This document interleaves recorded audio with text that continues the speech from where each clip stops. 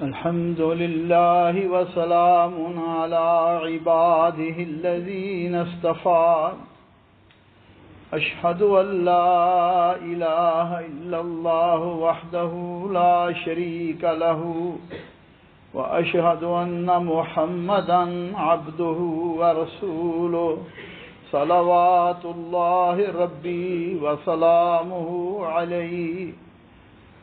أعوذ بالله السميع العليم من الشيطان الرجيم من همزه ونفخه ونفثه. بسم الله الرحمن الرحيم. وكان عند الله وجيها.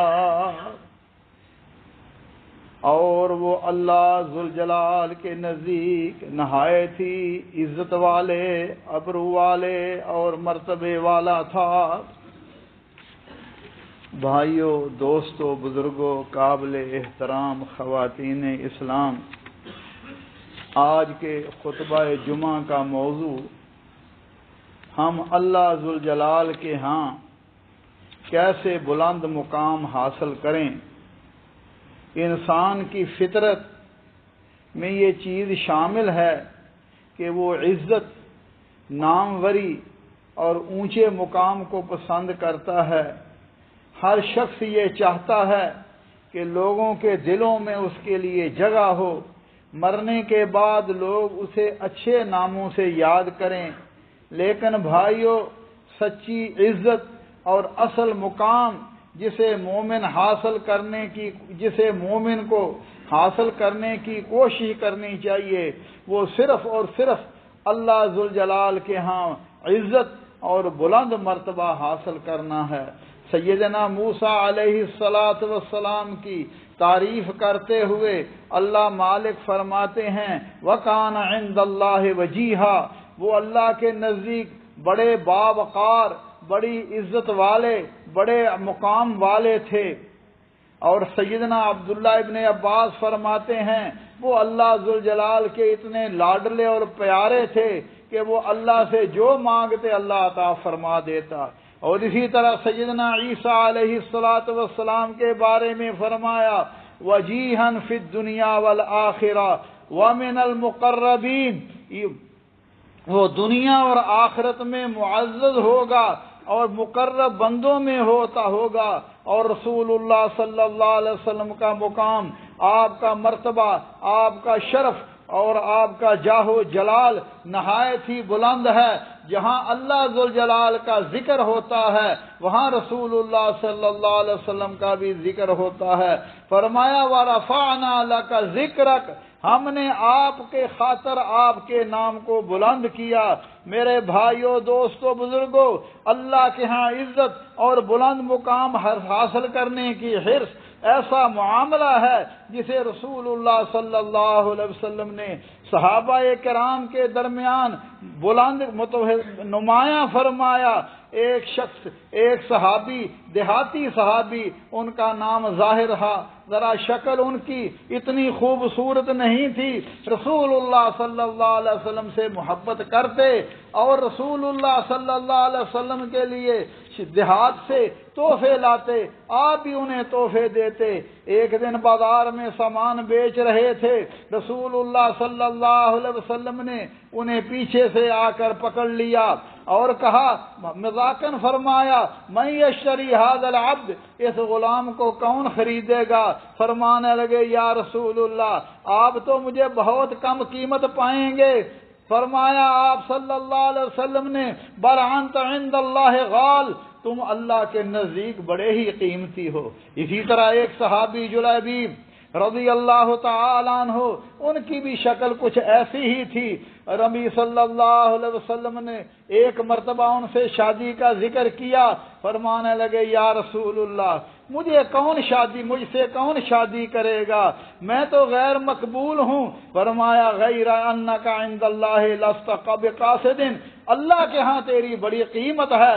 آپ نے خود ہی انصاری عورت سے اس کی شادی کروا دی. میرے بھائیوں، دوستو، اسی طرح ہر مسلمان کو چاہیے کہ وہ اللہ ذوالجلال کے ہاں ہاں عزت مقام حاصل کرنے کے لیے زیادہ سے زیادہ کوشش کرے۔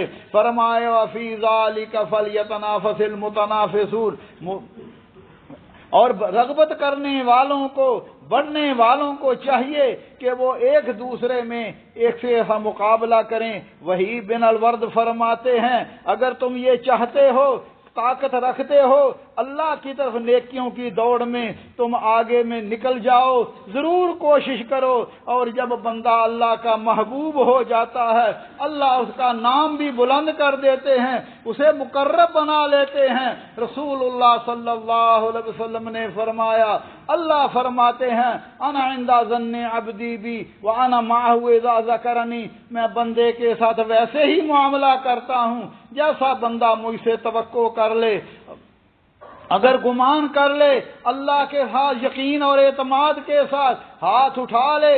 ہمارے شیخ مولانا یحییٰ شرک پوری رحمت اللہ علیہ فرمایا کرتے تھے اس یقین کے ساتھ، یا اللہ میں نے ہاتھ اٹھائے ہیں، میرے ہاتھوں کو خالی نہ لٹانا۔ اللہ خالی ہاتھ نہیں لٹاتے۔ فرمایا وَأَنَا مَعَهُ إِذَا ذَكَرَنِي، میں بندے کے ساتھ ہوتا ہوں، میری مدد، میری نصرت، میری تائید بندے کے ساتھ ہوتی ہے جب بندہ مجھے یاد کرتا ہے۔ ان ذکرنی فی نفسی ذکرتہ فی نفسی، جی میں مجھے یاد کرتا ہے میں بھی اسے اپنے جی میں یاد کرتا ہوں۔ وَإِن ذَكَرَنِي فِي مَلَئٍ ذَكَرْتُهُ فِي مَلَئٍ خَيْرًا مِّنْهُ، مجلسوں میں میرا تذکرہ کرتا ہے، میں پاک باز فرشتوں کی مجلسوں میں اس کا ذکر کرتا ہوں۔ اس لیے میرے بھائیو دوستو، جب اللہ ذوالجلال کسی کے ساتھ محبت کرتے ہیں، اللہ ذوالجلال زمین و آسمان میں اس کی محبت کو پھیلا دیتے ہیں، اللہ ذوالجلال اس کی محبت کو پھیلا دیتے ہیں، اور پھر اس کا حال یہ ہوتا ہے وہ اللہ سے دعا کرتا ہے، اللہ ذوالجلال اس کی دعا کو قبول فرما لیتے ہیں۔ اللہ ذوالجلال سے دعا ہے اللہ احکم الحاکمین ہمارے حال پر رحم فرمائے، دین کے کاموں میں اللہ ذوالجلال کا تقرب حاصل کرنے میں زیادہ سے زیادہ محنت، زیادہ سے زیادہ کوشش کی توفیق عطا فرمائے۔ اقول قولی ھذا واستغفر اللہ لی ولکم ولسائر المسلمین من کل ذنب فاستغفروہ انہ ھو الغفور الرحیم۔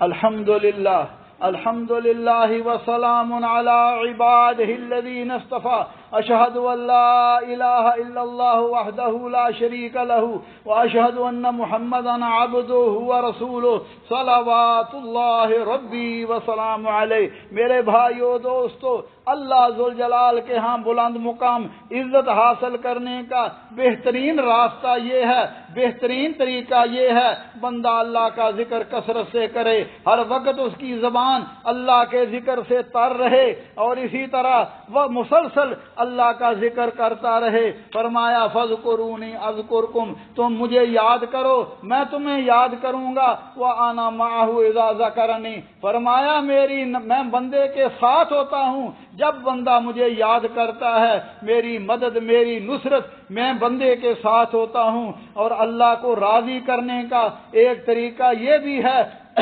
جو اللہ نے فرائض ہم پر عائد کیے ہیں، جیسے نماز، روزہ، حج، زکوٰۃ، ان کو ادا کرے اور نفلی کاموں میں بڑھ چڑھ کر حصہ لے، گناہ و حرام کاموں سے، ناپسندیدہ باتوں سے اپنے دامن کو بچا رکھے۔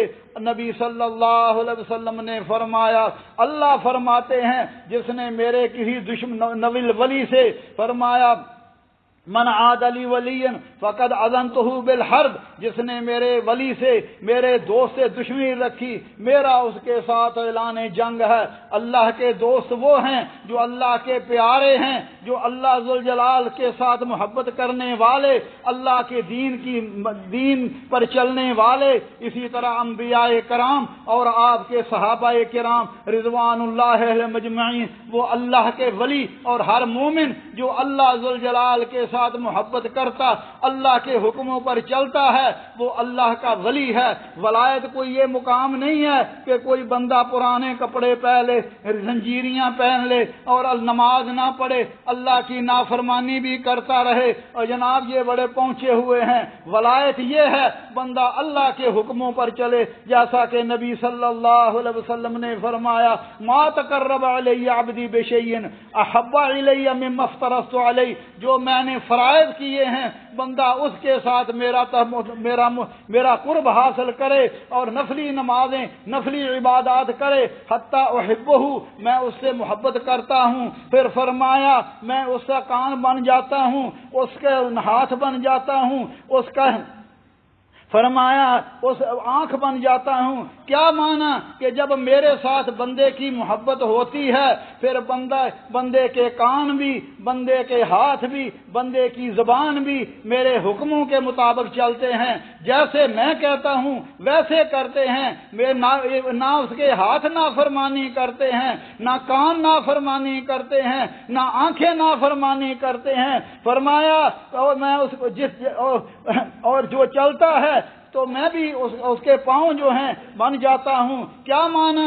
اس کے پاؤں میری فرما برداری کی طرف چلتے ہیں، نافرمانی کی طرف نہیں چلتے۔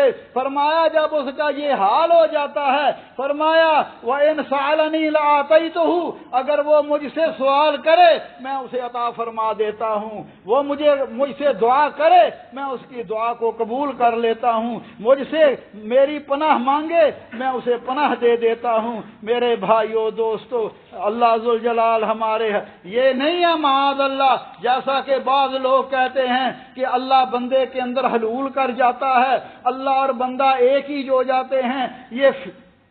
یہ میرے بھائیوں الہاد ہے، زندیقیت ہے۔ اللہ مالک ہے، ہم سارے مخلوق ہیں، اللہ رازق ہے، ہم سارے مرزوق ہیں، ہم عابد ہیں، وہ معبود ہے۔ اللہ ذوالجلال بندے کے وحدت الوجود کا عقیدہ ہو، وحدت الشہود کا عقیدہ ہو، یہ سارے ہی شرکیات ہیں، یہ سارے ہی خرافات ہیں میرے بھائیو دوستو۔ اسی طرح جب بندہ علم نافع حاصل کرتا ہے پھر وہ اللہ کا محبوب ہو جاتا ہے، اللہ کے اسماء الحسنی وہ دیکھتا ہے اللہ کس چیزوں کو پسند کرتے ہیں۔ اس لیے میرے بھائیو اس بات کو بھی ذہن نشین رکھنا چاہیے، کسی مسلمان کے لیے جائز نہیں ہے کہ وہ دعا مانگتے ہوئے انبیاء کرام یا صالحین کے جاہ و مرتبہ کا وسیلہ اختیار کرے۔